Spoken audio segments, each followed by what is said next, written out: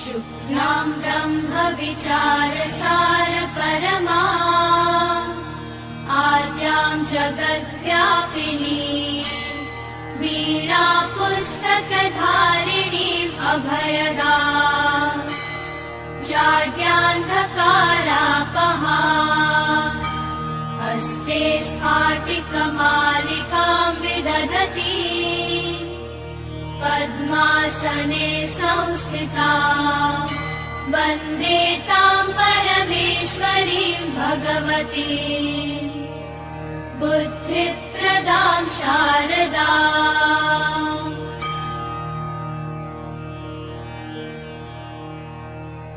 मित्रों, नमः संस्कृताय। भूषण देववाणी द संस्कृत क्लासेस से मैं आपका दोस्त अजय पांडे। हम संस्कृत व्याकरण की कक्षा में जो अभी एक दिन पहले शुरू हुई है कक्षा, टेट, सुपर टेट और दूसरे राज्यों की टेट को देख करके व्याकरण की कक्षा जो शुरू हुई, उसी के क्रम में आज हम पिछले वीडियो में हमने पढ़ा संस्कृत की व्युत्पत्ति, व्याकरण की व्युत्पत्ति, वेद को पढ़ा, वेदांग को पढ़ा, वेद कितने होते हैं, वेदांग कितने होते हैं, किस वेदांग को क्या कहा जाता है, और संस्कृत व्याकरण कितने प्रकार का होता है, वैदिक और लौकिक 2 प्रकार का होता है, संस्कृत व्याकरण की कितनी शाखाएं होती हैं, ऐन्द्र शाखा, माहेश्वर शाखा, ऐसा हमने पढ़ा था। अब हम जो है आज पढ़ेंगे संस्कृत व्याकरण में त्रिमुनि। संस्कृत व्याकरण में त्रिमुनि, ऐसा आज हमें पढ़ना है। संस्कृत व्याकरण, संस्कृत व्याकरण में त्रिमुनि, संस्कृत व्याकरण में त्रिमुनि, यह हमारा आज का विषय होगा। और इसी को त्रिमुनि में, अब संस्कृत व्याकरण के त्रिमुनि कौन कौन से हैं, तो संस्कृत व्याकरण में त्रिमुनि जो होते हैं कौन कौन से हैं देख लीजिए। त्रिमुनि, संस्कृत व्याकरण के त्रिमुनि जो हैं वो तीनों क्रमशः ये हैं। पाणिनि पहले क्रम में है पाणिनि, दूसरे क्रम में कात्यायन का नंबर आता है, दूसरा क्रम जो है वह कात्यायन का है, कात्यायन। तीसरा क्रम जो है, तीसरा क्रम वह है पतंजलि का। तीसरा क्रम किसका है? पतंजलि का।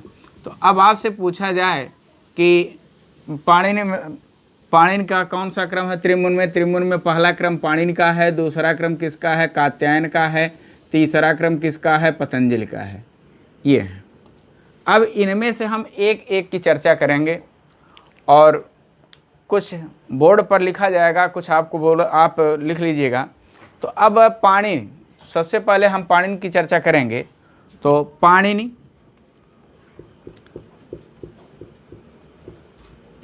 पाणिनि से संबंधित क्या क्या जानना है आपको? इनकी माता का नाम जानना है, पिता का नाम जानना है, गुरु का नाम जानना है और इनका समय जानना है। और ये रचना, इतना तो किसी के भी विषय में, किसी भी व्याकरणाचार्य या किसी भी काव्यकार, किसी भी रचयिता, किसी भी रचनाकार के संदर्भ में जानने के लिए इतना आपको बहुत ज़रूरी है और इसे आपको ज़रूर जानना चाहिए। तो आइए, पाणिनि की माता का नाम दाक्षी। पाणिनि की माता का नाम दाक्षी है। इसका वर्णन महर्षि पतंजलि ने, मुनि पतंजलि ने अपने महाभाष्य में किया है और वहाँ लिखा गया सर्वे सर्वपदादेशा दाक्षी पुत्र से पाणिने।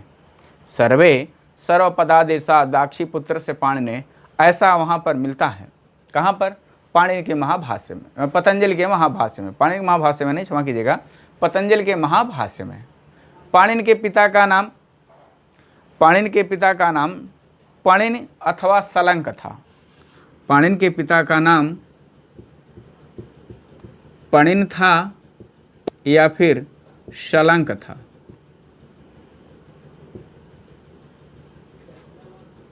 पाणिनि के गुरु का नाम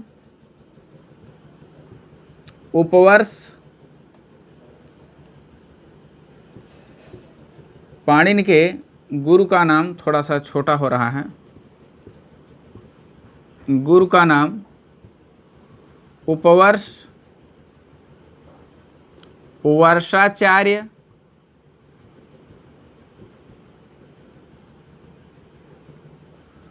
अथवा वर्ष था। इनका समय पाणिनि का समय जो है डॉक्टर वासुदेव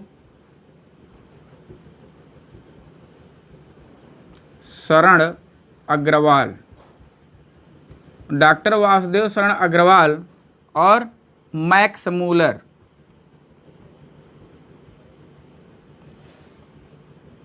इन दो लोगों ने बताया है। तो डॉक्टर वासुदेव शरण अग्रवाल ने जो समय बताया वह समय ईसा पूर्व 400 से 500 माना जाता है, और मैक्स मूलर के अनुसार इनका समय ईसा पूर्व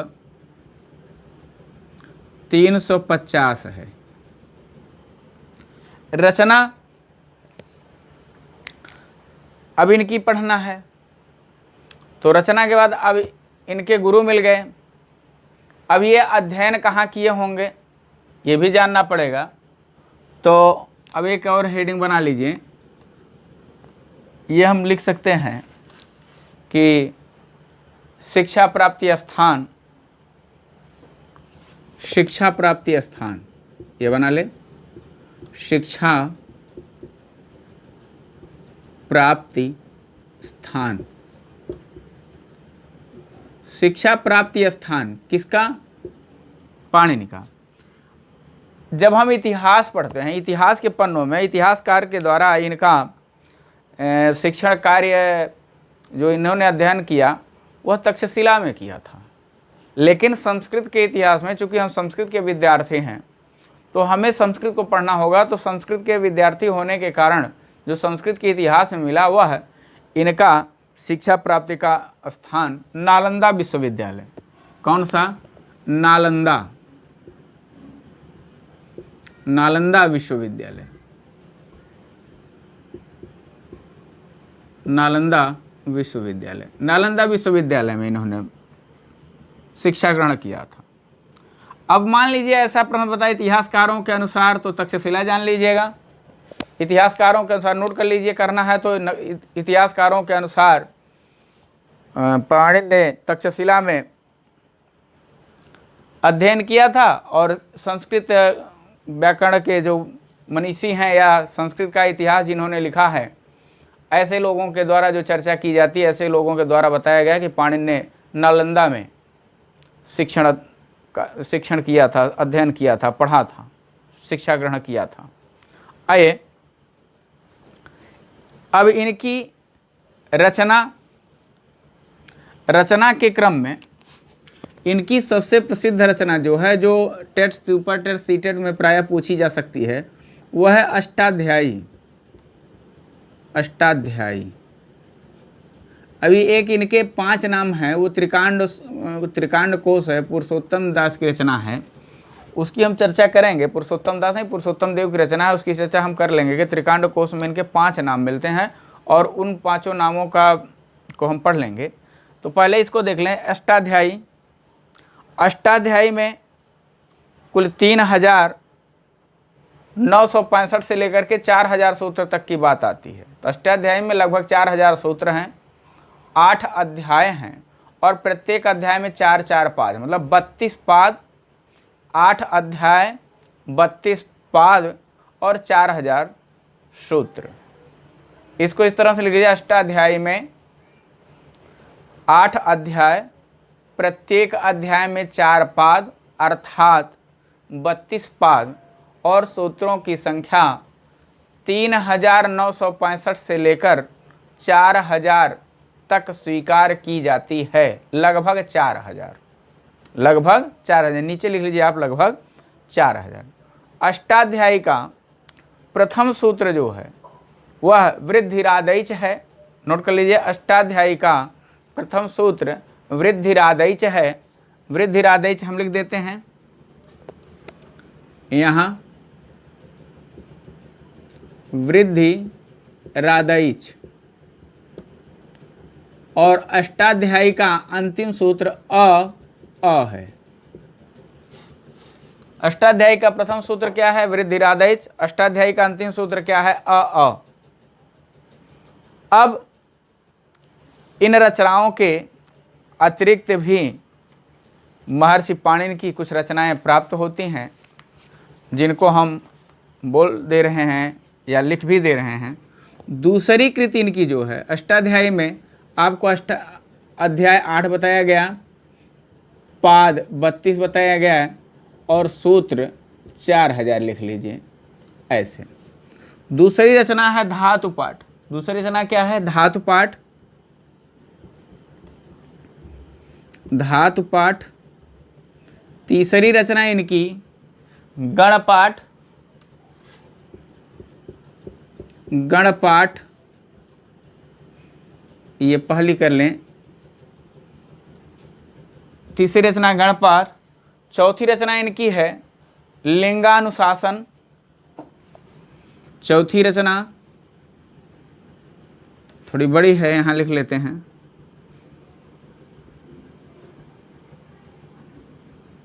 लिंगानुशासन। पांचवी रचना इनकी पाणिनीय शिक्षा।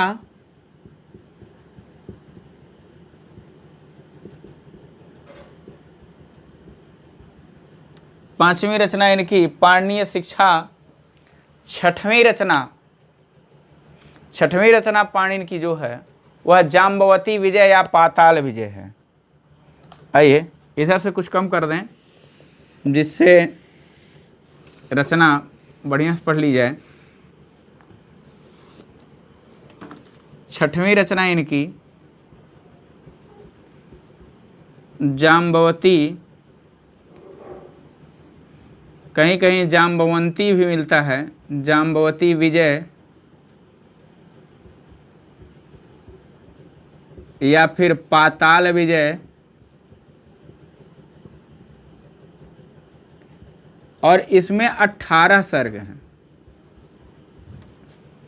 आइए, अभी हमने आपसे बताया था कि पुरुषोत्तम देवकृत त्रिकांड कोश में पाणिनि के कुछ और नाम बताए गए थे। त्रिकांड कोश में पाणिनि के कुछ और नाम बताए गए हैं, वो नाम नोट कर लीजिए। तो वो कौन कौन से 5 नाम मिल जाते हैं। तो वो 5 नाम इस तरह से हैं। पाणिनि के नाम देख लीजिए। पाणिनि अथवा पाणिन, पाणिनि अथवा पाणिन, एक नाम ये मिलता है। दूसरा नाम इनका, चूंकि ये दाक्षी के पुत्र थे तो दाक्षी पुत्र, दाक्षी पुत्र। तीसरा इनका नाम जो है वो सलातुरीय है। तीसरा नाम इनका क्या है? सलातुरीय।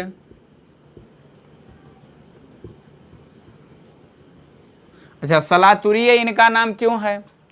क्योंकि पाणिनि का जन्म स्थान जो है ना वह सलातुर है। पाणिनि का जन्म स्थान कहाँ है? सलातुर है। पाणिनि का जन्म सिंधु नदी और हिंदकुश पर्वत के बीच मध्य स्थित, इस समय पाकिस्तान में पड़ता है, अटक जिले के सलातुर नामक स्थान पर पड़ता है। अटक जिले के सलातुर नामक स्थान पर हुआ था। इस कारण से जैसे हम भारत में जन्म लिए भारतीय हुए, उसी प्रकार से सलातुर में जन्म लेने के कारण इनको सलातुरीय कहा गया। तो जन्म स्थान यदि आपसे पूछा जाए, पाणिनि का जन्म स्थान यदि आपसे पूछा जाए तो सलातुर बताइएगा जन्म स्थान। चलिए अभी जो चर्चा हो रही, फिर चौथा नाम इनका सालंकी अथवा सालंकी है। चौथा नाम इनका क्या है? सालंकी अथवा सालंकी। और पांचवा जो इनका नाम है, पांचवा नाम इनका है आहिक। पांचवा नाम इनका क्या है? आहिक है। पांचवा नाम आहिक है। आहिक का अर्थ होता है अनवरत परिश्रम करने वाला अथवा कठिन परिश्रम करने वाला। तो आपके लिए हमारे समझ से जितना आवश्यक था एक चीज़ बती हुई है, इनका देहावसान, उसको हम आपसे चर्चा कर लेते हैं। तो देहावसान, आइए, देहावसान को तिरोधान, स्वर्गारोहण, मृत्यु सब लिखा जाता है। तो आइए हम मृत्यु लिख लेते हैं, क्योंकि प्रश्न में सीधे पूछा जाएगा। इनकी मृत्यु जो है त्रयोदशी तिथि को, किस तिथि को? त्रयोदशी तिथि को हुई थी। त्रयोदशी तिथि को बाघ द्वारा।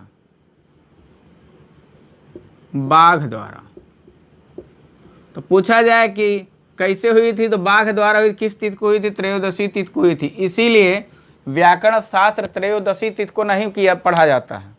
तो अब मान लीजिए यहाँ से एक प्रश्न बन जाए कि व्याकरण शास्त्र का अध्ययन किस दिन नहीं होता है, तो आप जौने दिन, ऐसे एक मान होती है भैया, मान, जो भी भारतीय लोग हैं वे, उनके यहाँ जब कोई किसी दिन कोई एक्सपायर हो जाता है, संडे को हुआ तो संडे उनके यहाँ मान हो जाती है, मंडे को हुआ तो मंडे हो जाती है, सोमवार, मंगलवार, बुधवार, जिस दिन उनके घर कोई एक्सपायर हो जाता है उस दिन वह मान हो जाती है। बताइए, हमको व्याकरण पढ़ना, व्याकरण का जो प्रथम आचार्य जिसकी रचना अष्टाध्यायी है, वो त्रयोदशी तिथि को रिटायर हो गया, यहाँ से एक्सपायर हो गया। तो उसी दिन, इसीलिए व्याकरण शास्त्र से आपसे पूछा जाए कि व्याकरण शास्त्र का अध्ययन किस दिन नहीं किया जाता है, तो आप बेखटके, बिना संकोच के, बिना किसी सोच विचार के त्रयोदशी को, अब किस त्रयोदशी को हुआ था ये पता नहीं चलता है। आइए, अब इसके बाद त्रिमुन में हमने एक पढ़ा था, दूसरे हैं कात्यायन। अब हम कात्यायन को पढ़ लेते हैं। जन्मस्थान, पाणिनि का जन्मस्थान नोट कर लीजिएगा, सलातुर। कात्यायन को पढ़ना है, तो जितना हम पाणिनि के विषय में पढ़े उतना पढ़ना है। यहाँ क्या क्या पढ़ना है? कात्यायन के पिता का नाम तो मालूम है, इनके माता का नाम नहीं मालूम है। तो कात्यायन की माता अज्ञात, लिख लीजिए। पिता याज्ञवल्क्य, याज्ञवल्क्य, पिता कौन है? याज्ञवल्क्य है। गुरु, इनके भी गुरु उपवर्ष या वर्षाचार्य हैं।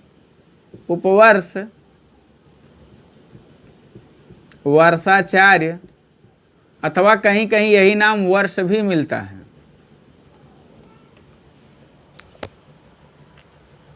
कात्यायन का भी अध्ययन केंद्र नालंदा है। कात्यायन का अध्ययन केंद्र नालंदा है, नालंदा विश्वविद्यालय। इनके विषय में कोई विवाद नहीं है कि नालंदा में पढ़े थे कि तक्षशिला में पढ़े थे। इतिहास के पन्नों में भी ये नालंदा में पढ़े थे, और आइए, और संस्कृत के इतिहास में भी ये नालंदा में ही पढ़े थे। इनका एक नाम और है, वररुचि। इनका नाम क्या है? वररुचि। इनको, अच्छा चलिए, वार्तिककार, सूत्रकार और भाष्यकार वो हम एक जगह पढ़ लेंगे। अन्य अपर नाम एक जगह, त्रिमुनि के अपर नाम एक जगह पढ़ लेंगे। आइए, इतना हो गया इनके संदर्भ में। इनकी रचना जो है, इनका जन्मस्थान दक्षिण भारत है। जन्मस्थान देख लेते हैं। जन्मस्थान, इनका जन्मस्थान कहाँ है? दक्षिण भारत। दक्षिण भारत, दक्षिण भारत होने के कारण ये दक्षिणात्य कहलाएंगे। ये क्या कहे जाएंगे? दक्षिणात्य कहे जाएंगे। आइए, अब इनकी रचना कृति लिख लीजिए, रचना हर सबके लिए ना लिखे, कृति। अष्टाध्यायी पर वार्तिक, अष्टाध्यायी पर 4000 वार्तिक। दूसरी कृति है स्वर्गारोहण। दूसरी कृति क्या है? स्वर्गारोहण। और इसमें भी है 18 सर्ग। इसमें भी क्या है? 18 सर्ग। इतना हो गया। अभी इनका एक चीज बचा, समय। समय की बात नहीं हुई है, समय। कात्यायन का समय जो है ये पाणिनि के समकालीन रहे। कात्यायन जो थे ये पाणिनि के समकालीन थे, अतः इनके समय को भी उसी के इर्द गिर्द रखा जाएगा। पाणिनि के समय के संदर्भ में बहुत अधिक सोचने की बात नहीं है। कात्यायन के, पाणिनि के का तो क्लियर हो गया। अब जब कात्यायन है इनका 4वीं शताब्दी ईसा पूर्व, तो ये क्या हो जाएंगे? ये 400 से 300 ईसा पूर्व। इनका समय 400 से 300 ईसा पूर्व। तो समय क्या हो जाएगा? 400 से 300, उल्टा लिख रहे हैं, 300 से 400 ईसा पूर्व, ऐसे लिखेंगे। 300 से 400 ईसा पूर्व। और एथेंटिक लोग लिखते हैं 350 ईसा पूर्व। तभी मैक्स मूलर का समय देख लीजिए। मैक्स मूलर ने समय किसका? पाणिनि का समय मैक्स मूलर ने 350 ईसा पूर्व ही स्वीकार किया है। और इनका भी समय 300 ईसा पूर्व से लेकर के 400 ईसा पूर्व के मध्य स्वीकार किया था। 350 ईसा पूर्व इनका भी समय स्वीकार किया जाता है। तो अब इनकी भी बहुत सी रचनाएं हैं। अष्टाध्यायी पर वार्तिक है, एक काव्य स्वर्गारोहण की चर्चा हो ही गई। इसके बाद भी जैसे भ्राज श्लोक है, कात्यायन स्मृति है, उभयसारी का भाण है, ऐसे भी रचनाएं इनकी मिलती हैं। और पाणिनि के पाताल विजय के को देख करके पाताल विजय के होड़ में इन्होंने स्वर्गारोहण लिखा था। आइए अब इनके विषय में, कात्यायन के विषय में हमने इतना जान लिया। तो अब मान लीजिए आपसे पूछा जाए कि कात्यायन ने व्याकरण में क्या किया? तो भैया इन्होंने 4000 वार्तिक लिखा है। इन्होंने क्या किया है? 4000 वार्तिक लिखा। अष्टाध्यायी के लगभग 2000 सूत्र पर 4000 वार्तिक लिखा है। कुछ सूत्रों को इन्होंने निरर्थक बताया और कुछ सूत्रों पर इन्होंने कहा भैया यहाँ छूट गया। वार्तिक का अर्थ होता है छूटे हुए अंश को फिर से दिखाना या भूल का सुधार करना, ऐसा वार्तिक का अर्थ होता है। आइए अब हम पढ़ लेते हैं पतंजलि को। अब किसको पढ़ लें? पतंजलि को, जो तीसरे क्रम पर आते हैं। पतंजलि, पतंजलि, पतंजलि को भी उसी तरह से पढ़ें। पतंजलि का जन्म स्थान जो था वह गोनर्द था। तो जन्म स्थान पहले इनका लिख लेते हैं, कुछ अलग होना चाहिए। जन्म स्थान, पतंजलि का जन्म स्थान कहाँ था? गोनर्द, गोंडा। इसीलिए इनको गोनर्दीय कहा जाता था। क्या कहा जाता था? गोनर्दीय कहा जाता। तो गोनर्द में उत्पन्न हुए इसलिए इनको गोनर्दीय कहा जाता था। माता का नाम इनके गौड़िका, इसीलिए ये गौड़िका पुत्र कहलाए। गौड़िका थे, गौड़िका इनके पिता का, माता का नाम था, इसीलिए ये गौड़िका पुत्र कहलाए। इनके पिता का नाम अज्ञात है। इनके पिता का नाम नहीं पता है। कि क्या नहीं पता है? इनके पिता का नाम पता नहीं, ये इनके पिता का नाम अज्ञात है। इनके गुरु का भी नाम अज्ञात है, इनके गुरु का भी नाम अज्ञात है। इनके अन्य नाम भी हैं। इनके अन्य नाम क्या क्या हैं, यहीं देख लीजिए। इनके अन्य नाम है शेषावतार, नागावतार, फणिभृत। क्या क्या नाम है देख लीजिए। शेषावतार, नागावतार, फणिभृत, फणिभृत, ये सब पतंजलि के नाम है। पतंजलि के मान लीजिए अपर नाम पूछे जाएं तो क्या क्या बताएंगे? शेषावतार, नागावतार, फणिभृत। पतंजलि के अन्य नाम क्या क्या हैं? शेषावतार, नागावतार और फणिभृत। इनके ये नाम हैं। गणिका पुत्र हुए। गणिका इनके माता का नाम है, तो एक ये भी हो जाएगा। गोनर्द में इनका जन्म हुआ, इसलिए ये गोनर्दीय कहलाए। शेषावतार हो गया, नागावतार हो गया, फणिभृत हो गया, और शेषाही भी कहे जाते हैं। शेषाही, ऐसा भी इनका नाम है। तो यहाँ से इनका नाम गणिका पुत्र, गणिका पुत्र हो गए ये। यहाँ से ये गोनर्दीय हो गए। ये सब इनका नाम है। कितना? इतना। ये इतना नाम है। कितना नाम मिले इनके? 1 2 3 4 5 6 7, 7 नाम मिल रहे हैं। किसके? पतंजलि के।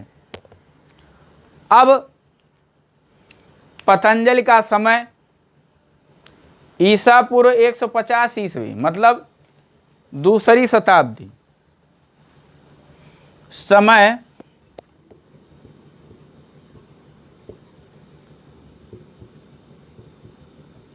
ईसा पूर्व, ईसा पूरा लिख दिया जाए, ईसा पूर्व दूसरी शताब्दी, और ऐसे भी लिखा जा सकता है 150 ईसा पूर्व, यह भी लिख लिया जा सकता है। ईसा पूर्व दूसरी शताब्दी या फिर 150 ईसा पूर्व। अब इनकी रचनाएं तो इनकी 4-5 रचनाओं का उल्लेख मिलता है, लेकिन यहाँ हम उन्हीं रचनाओं की चर्चा करेंगे जिनकी यहाँ आवश्यकता पड़ेगी। आइए, तो यहाँ पर हम इनकी मुख्य 3 रचना का नाम लेते हैं। रचना, इनकी रचना जो है, नंबर 1 महाभाष्य, महाभाष्य।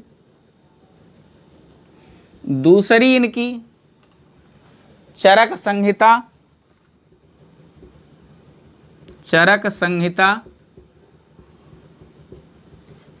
और तीसरी रचना इनकी पातंजल योग सूत्र, पातंजल योग सूत्र। ये इनकी मुख्य रचनाएं हैं, पातंजल योग सूत्र। अब महाभाष्य से संबंधित कुछ बातें जान लीजिए, कुछ बातें पढ़ लीजिए, समझ लीजिए। यहाँ ये हम वृद्धिरादैच मिटा देते हैं, अ मिटा देते हैं, और उसके बाद हम महाभाष्य को पढ़ते हैं, क्योंकि हम व्याकरण की कक्षा पढ़ रहे हैं। तो महाभाष्य जो है, इसमें 84 आहनिक हैं, और कहीं इसके भूमिका को लेकर के 85 आहनिक की चर्चा होती है। अब मान लीजिए आपसे पूछा जाए कि महाभाष्य में कितने आहनिक हैं, तो यदि 84 है, 85 नहीं है तो 84 मारिएगा, 85 है तो 85 कर दीजिएगा। अष्टाध्यायी पर अष्टाध्यायी की विस्तृत व्याख्या है, या अष्टाध्यायी की विस्तृत व्याख्या।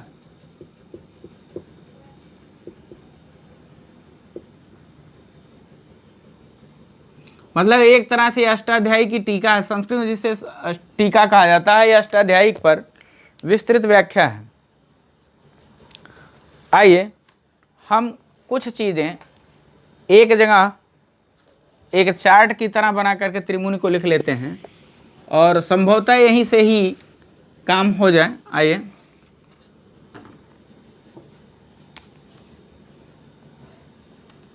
त्रिमुनि, त्रिमुनि, माता पिता का नाम पीछे देख लीजिएगा। एक पाणिनि, नाम के बाद ये नाम थोड़ा सा पीछे ऊपर कर लेंगे अभी, चूंकि वहां त्रिमुन लिखा है तो यहां आवश्यकता है। राम, रचना,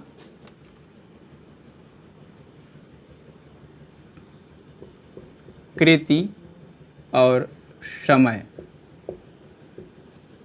आइए रचना को यहीं लिख लें।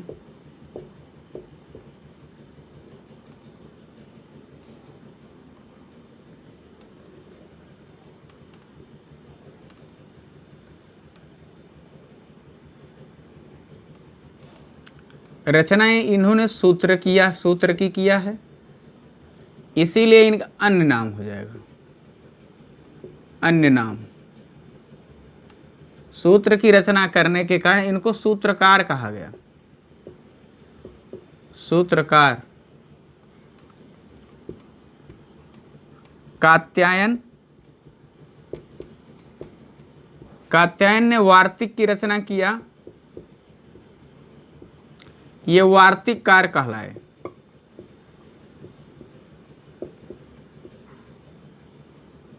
तीसरे हैं पतंजलि,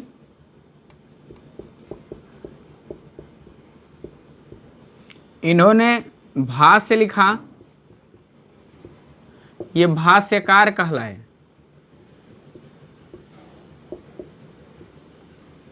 अब इनकी कृति क्या क्या हुई, इसके आधार पर कृति इनकी है अष्टाध्यायी। अष्टाध्यायी, आइए ऐसे लिख दें, पूरी हो जाएगी। अष्टाध्यायी इनकी रचना, तो स्वर्गारोहण हम पढ़े ही हैं। कात्यायन की जो रचना है अष्टाध्यायी पर वार्तिक, और फिर यहाँ लिखा जाएगा भाष्यकार क्या, अष्टाध्यायी पर भाष्य, कोष्टक में टीका। समय की बात जहाँ तक थी, 500 से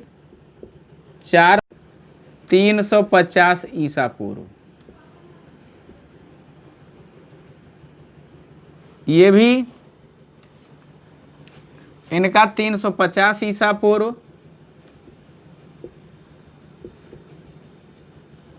और इनका 150 ईसा पूर्व। तो इस तरह से एक सारणी बना लीजिए, नाम, रचना, अन्य नाम, कृति, समय, ये हुआ। अब पाणिनि की अष्टाध्यायी की रचना सूत्र शैली में हुई है। पाणिनि की अष्टाध्यायी की रचना सूत्र शैली में हुई है। कात्यायन ने अपने वार्तिकों को गद्य एवं पद्य दोनों में लिखा है। नोट कर लीजिए, कात्यायन ने अपने वार्तिक को गद्य एवं श्लोक दोनों में लिखा है। और महाभाष्यकार पतंजलि ने महाभाष्य की रचना प्रश्नोत्तर शैली में किया है। आज के लिए बस इतना ही। आज का हमारा मुख्य विषय था संस्कृत व्याकरण में या व्याकरण परंपरा में या संस्कृत व्याकरण में त्रिमुनि, तो त्रिमुनि को आज हम पढ़े। अब त्रिमुनि के बाद 2 लोगों की चर्चा हम करेंगे, फिर हम वर्णमाला पर आ जाएंगे। बस आज के लिए इतना ही। फिर आपसे निवेदन है, चैनल को ज़्यादा से ज़्यादा लाइक करें, सब्सक्राइब करें, ज़्यादा से ज़्यादा लोगों तक शेयर करें। और इधर लोक सिद्धांत की कक्षा रुकी हुई है, फिर से हम उस कक्षा को प्रारंभ करेंगे। जयतु भारतम, जयतु संस्कृतम।